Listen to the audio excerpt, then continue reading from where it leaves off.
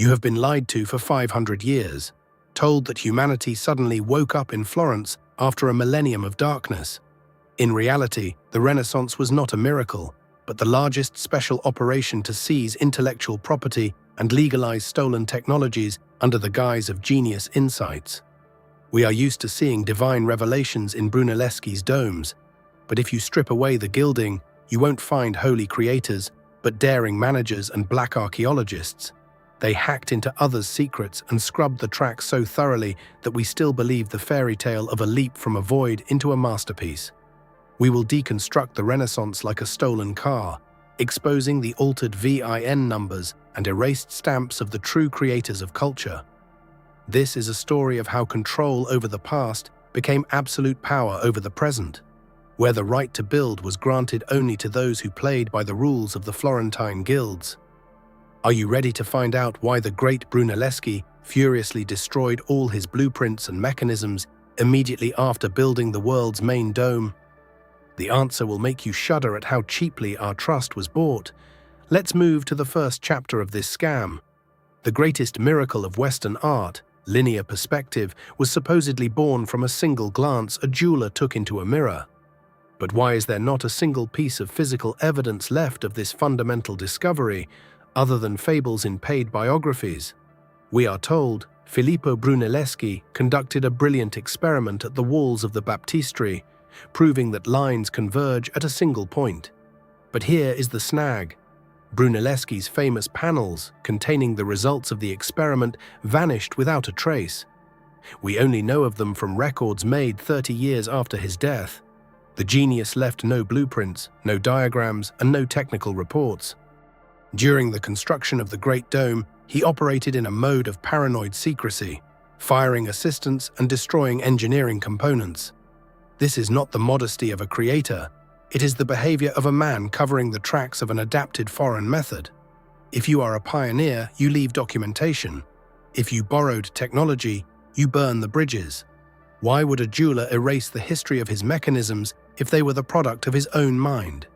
The answer lies in the dusty manuscripts that humanists read at night, hoping no one would look at the shelf of Arabic science.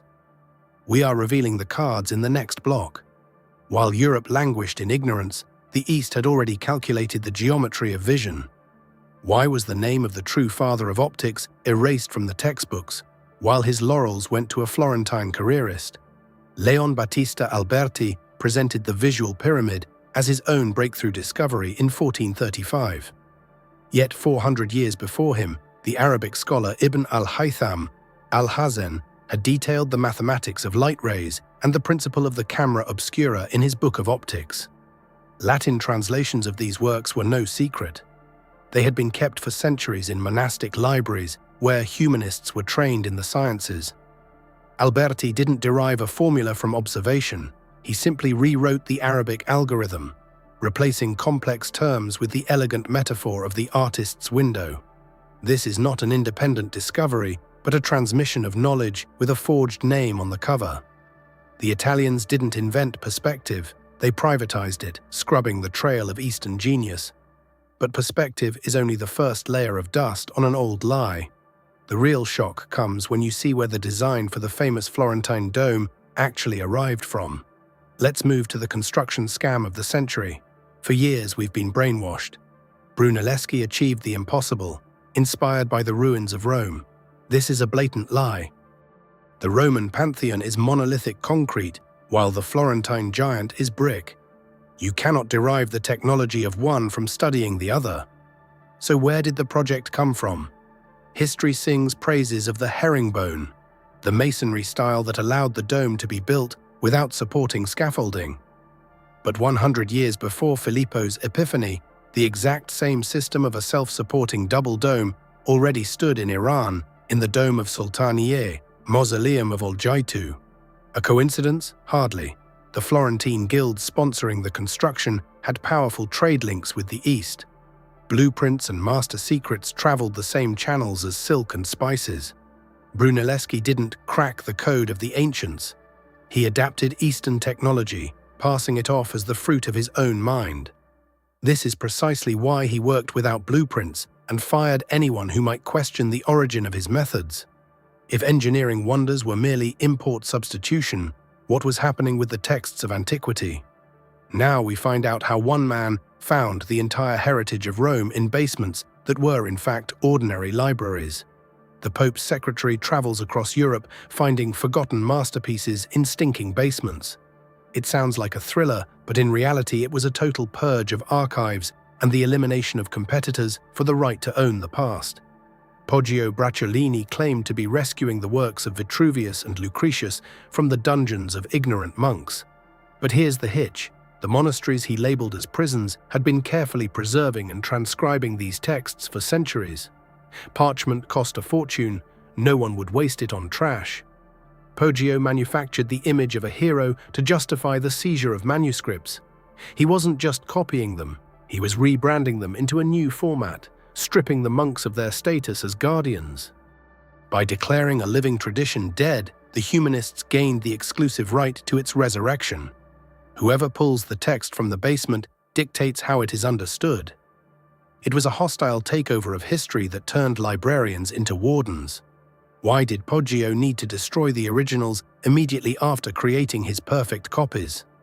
So that no one could ever compare his version with reality. But the real trick wasn't in the words, it was in the letters. Let's move on to the calligraphic magic. You think you're reading an ancient font? You've been deceived. You are looking at a 15th century design project created specifically to erase the true keepers of history from memory and pass off a copy as an ancient original. Poggio Bracciolini developed the humanist minuscule, declaring it the script of Cicero's time. This was a blatant manipulation.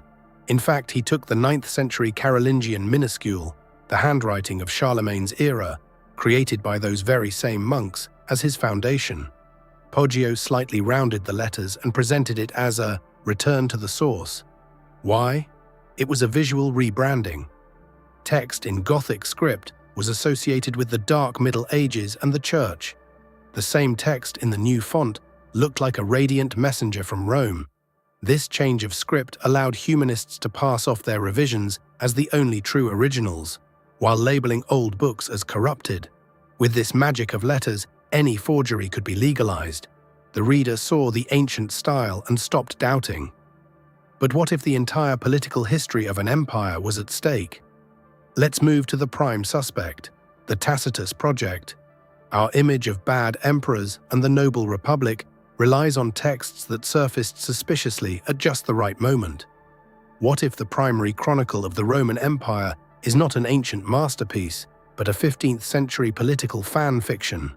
The Annals of Tacitus are the key source for the madness of Nero and Tiberius. The manuscript miraculously appeared in the Corvey Abbey and passed through the hands of Poggio Bracciolini's circle. As early as the 19th century, researchers noted that the Latin of the ancient Tacitus was chillingly similar to Poggio's own literary style. While mainstream historians rejected the forgery theory, the fact remains: Tacitus solved a specific problem for the humanists. They needed an image of tyranny to justify the values of the new republic and push the church away from power. If a suitable author didn't exist in the archives, he had to be invented. Poggio wasn't just finding history. He was constructing a past to fit the ambitions of his patrons. But if texts can be forged on paper, what was stopping them from editing the stones themselves? The story of the Laocoon is an indictment of all classical archaeology. Get ready to see how a masterpiece was turned into a theatrical prop. The most famous ancient statue stood in the Vatican with a bolted-on detail that completely distorted its meaning.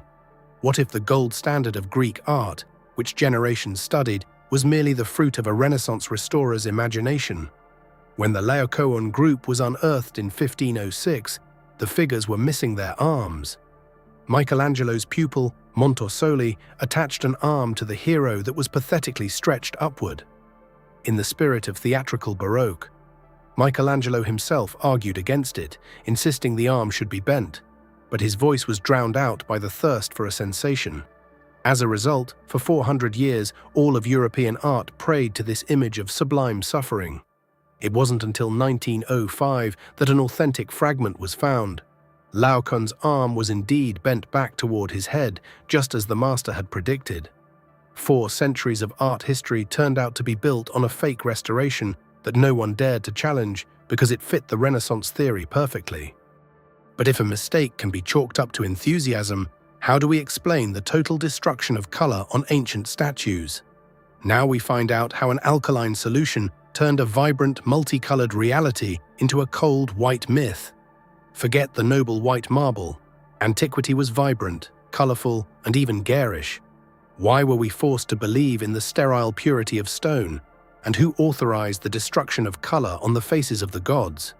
We are accustomed to the image of cold classics, but this is merely a 16th century technological artifact.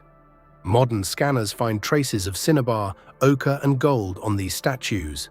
The ancient Greeks painted everything, from pupils to the patterns on clothing. Renaissance masters literally stripped away this life with alkaline solutions, leaching the pigment down to the base. They needed a different kind of antiquity, monumental, austere, and idealized. This white myth later became the foundation for all European aesthetics. By scouring the stones, the humanists created a convenient canon, a blank slate from which it was easier for them to declare their own multicolored works a breakthrough to reality. The myth of white marble took hold as a symbol of superior taste, though it was the result of a scraper's work. But if they repainted the stones, what did they do to the history of painting? Get ready for the exposure of the pioneer Giotto. We are told that Giotto single-handedly led art out of the Byzantine darkness. But what if this breakthrough was the collective labor of hundreds of masters, and Giotto's name was turned into a convenient brand for Florentine PR? Giorgio Vasari, the author of the first history of art, needed a founding hero. He credited Giotto with everything, from the invention of psychologism to the destruction of flat iconography. In reality, the Giotto style is the product of massive workshops where individual authorship was secondary. Many frescoes attributed to him were created by masters from Rome and Siena, whose names Vasari simply erased to exalt Florence. Research shows that revolutionary techniques had been developing for decades before him.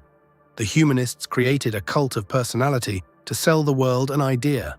The light of truth was ignited specifically in their city, and it was lit by a single genius. If even the fathers of art were appointed by party lists, what does the ultimate icon, the Mona Lisa, hide? In the final block, we will learn how a 19th century marketing ploy turned a canvas into the greatest mystery of humanity. Do you believe the Mona Lisa is the greatest masterpiece because of Leonardo's technique? You're mistaken. It owes its status not to the master's brush, but to an ordinary Italian thief and the newspaper hype of 1911. Until the early 20th century, the Mona Lisa was just one of many good works in the Louvre, noticed by few. Everything changed when an Italian named Vincenzo Peruggia carried it out of the museum under his coat. The press turned it into a global thriller. Newspapers printed reproductions on their front pages, and crowds flocked to the Louvre just to stand by the empty space on the wall. By the time the painting was found 2 years later, it was no longer just a portrait. It was a global icon. The cult of the mysterious smile is less an art historical discovery and more a brilliant byproduct of mass hysteria. The Renaissance, as we know it, is a grand project to create the Europe brand. From forged fonts to fabricated biographies, everything served one goal: to prove the superiority of the new era over the dark past. We are used to considering the Renaissance the dawn of humanity, but in reality it was the most successful PR campaign in history. The past wasn't simply reborn, it was reassembled from scratch to serve European ambitions. If you strip the Renaissance of Eastern technologies, edited texts, and alkali-scrubbed marble, you won't see a return to antiquity, but the birth of Western ideology. The humanists created the concept of a golden age to justify their break with tradition. They divided history into light and darkness, appointing themselves the monopolists of truth. All the brilliance of the Renaissance is a facade hiding cold political calculation. We still view the world through their eyes, failing to notice that the foundation of our culture was laid by masters of mystification. The Renaissance taught us the main lesson. It doesn't matter how things actually were, it matters how you package them. But what other great eras hide skeletons in the closet? Which page of history will we decide to reread without filters next time?